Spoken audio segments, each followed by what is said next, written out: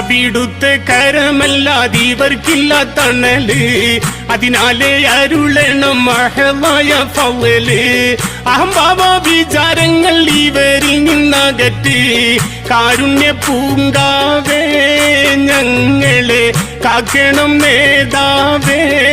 സ്വർഗ സുവനത്തിൽ തിരുചാരത്തൊരു ചെറുവിടം നൽകൂ ദയവിന്റെ ദാതാവേ. ഖാതിമുൽ അംബിയ രാജാവേ.